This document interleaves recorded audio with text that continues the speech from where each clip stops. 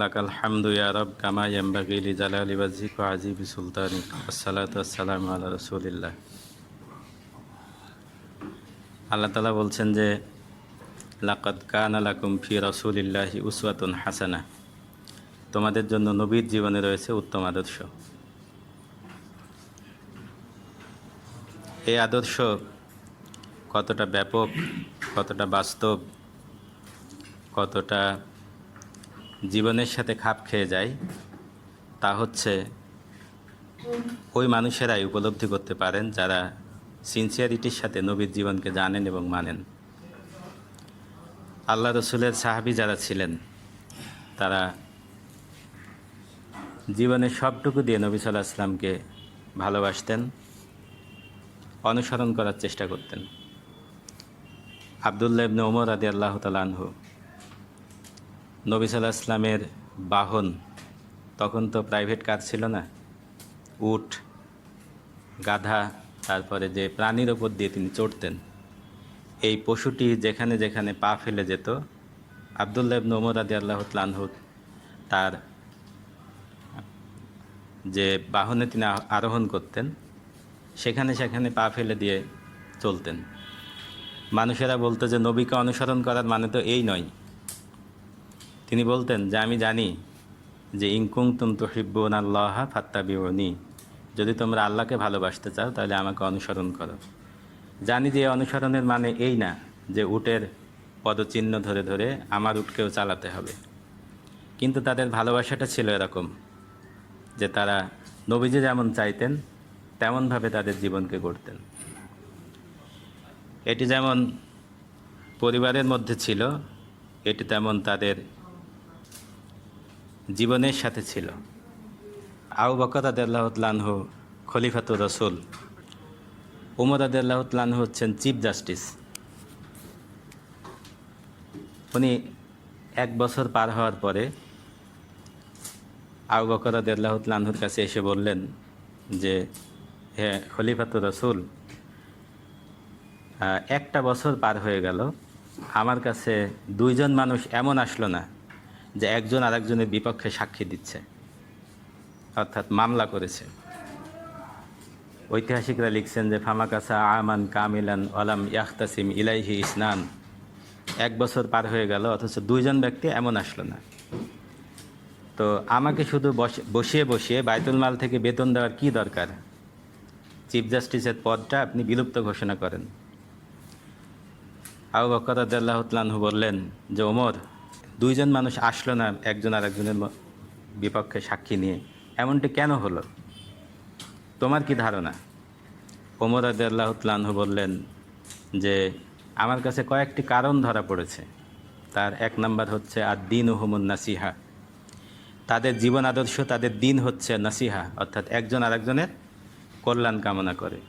আর আমাদের বর্তমান জীবনে একজন আরেকজনের কল্যাণ কামনা করে, মাথা কামনা করে। এরপরে তিনি বললেন যে দ্বিতীয় কারণ হচ্ছে মানহাজুহুমুল কোরআন, তাদের জীবনের সংবিধান হচ্ছে কোরআন। ওয়াইজা ফাকারু নাসারুহু, তাদের মধ্যে একজন যখন গরিব হয়ে যায়, অভাব পীড়িত হয়, তখন শত সহস্র হাত এগিয়ে আসে তাদেরকে সহযোগিতা করার জন্য। ওয়াইজা মারিদু আদু হুম, যখন তাদের একজন অসুস্থ হয়ে পড়ে সবাই মিলে তাদেরকে দেখতে যায়। ও আমারুহুম আল আমরু বিল মারুফ, আর তাদের জীবনের কর্মসূচি হচ্ছে সৎ কাজের আদেশ দেওয়া, ওয়ান নাহি আনিল মুনকার, আর অসৎ কাজে বাধা দান করা। এই কর্মসূচিগুলো যাদের জীবনে আছে, এই যে কিয়ামত পর্যন্ত যাদের জীবনে থাকবে, তাদের মধ্যে এরকম একজন আরেকজনের বিরুদ্ধে মামলা করার লোক খুঁজে পাওয়া যাবে না। আজকে একটি থানায় গিয়ে দেখেন যে কতগুলো মামলা। নবী সাল্লাল্লাহু আলাইহি ওয়াসাল্লাম শুধু এভাবে করে সামগ্রিক রাষ্ট্র গড়েছিলেন তা না, রাষ্ট্রের মূল হচ্ছে পরিবার।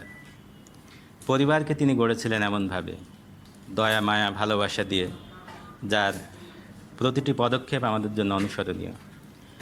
আপনারা জানেন যে নবী সাল্লাল্লাহু আলাইহি ওয়াসাল্লাম যখন হেরা গুহায় অবস্থান করতেন, তখন মা খাদিজা রাদিয়াল্লাহু তাআলা আনহা তার জন্য খাবার নিয়ে যেতেন। এটা তো আমাদের মনেই হয় যে ওয়াইফ হাজব্যান্ডের জন্য খাবার নিয়ে গেছে, এটা এমন আর কি। কিন্তু আজকে যারা মক্কাতে যাবেন তারা এটা কল্পনাও আনতে পারবেন না যে এটা কতটা কঠিন ছিল, কারণ আজকের কাবা ঘরের চারপাশের পাহাড়গুলোকে কেটে সমান করা হয়েছে। তবে একটি চিহ্ন আছে যে হেরা গুহা কত উপরে। আমরা হজের সময় সেখানে গিয়ে পাহাড়ের কাছে তো যাওয়া থাক, দূরে থেকে উপরের দিকে তাকিয়ে মাথা ঘুরে গেছে যে উপরে উঠবো কীভাবে। বহু মানুষ উপরে উঠতে গিয়ে জ্ঞান হারিয়ে ফেলে, এবং যদি তাপদাহ বেশি হয় তাহলে ওঠা সম্ভব না। আর তখন খাদিজা রাদিয়াল্লাহু তাআলা আনহা যখন খাবার নিয়ে যেতেন, তখন মক্কা থেকে মানে বাইতুল্লাহর কাছ থেকে হেরা গুহা পর্যন্ত যেতে 8 থেকে 10টা পাহাড় পাড়ি দিতে হতো। একটা পাহাড়ে উঠে অনেক চূড়ায় উঠে আবার নিচে নামতে হতো।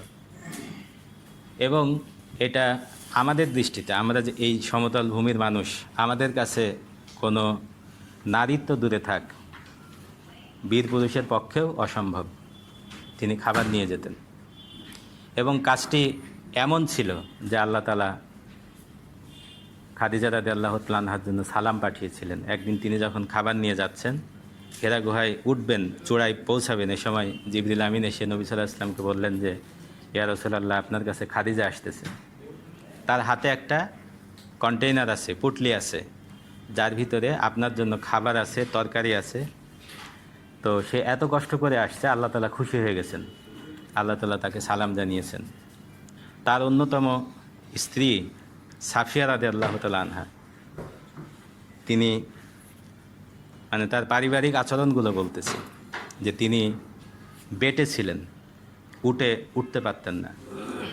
নবী সাল্লাল্লাহু আলাইহি ওয়াসাল্লাম তার স্ত্রীদেরকে এত মর্যাদা দিতেন যে নবী সাল্লাল্লাহু আলাইহি ওয়াসাল্লাম বসে তার হাঁটু পেতে দিতেন। নবীজির হাঁটুর ওপরে পা রেখে সাফিয়া রাদিয়াল্লাহু তাআলা আনহা উটের পিঠে উঠতেন। আপনি কল্পনায় আনুন। আর আজকে মুসলিম বিশ্বের পুরুষদের আচরণ চিন্তা করুন।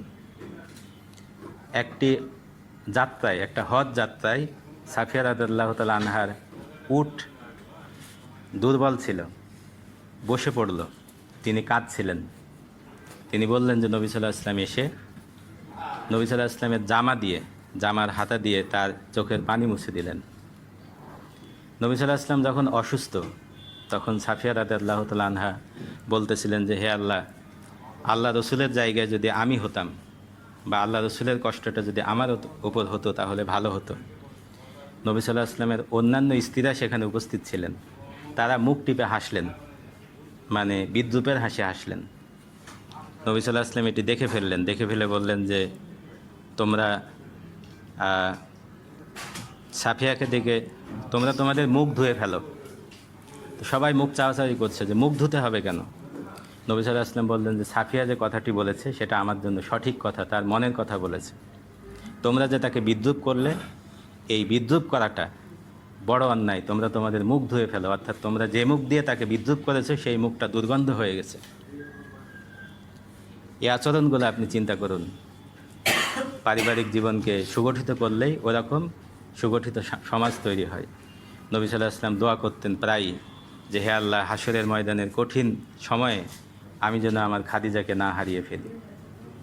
এই মমত্ব, এই ভালোবাসার উপরে যে পরিবার গড়ে ওঠে, সেই পরিবার থেকে এই সমাজের যে নাগরিক তৈরি হয়, সেই নাগরিকদের মাধ্যমেই সম্ভব বছরের পর বছর চিফ জাস্টিসের কাছে কোনো বিচার যাবে না।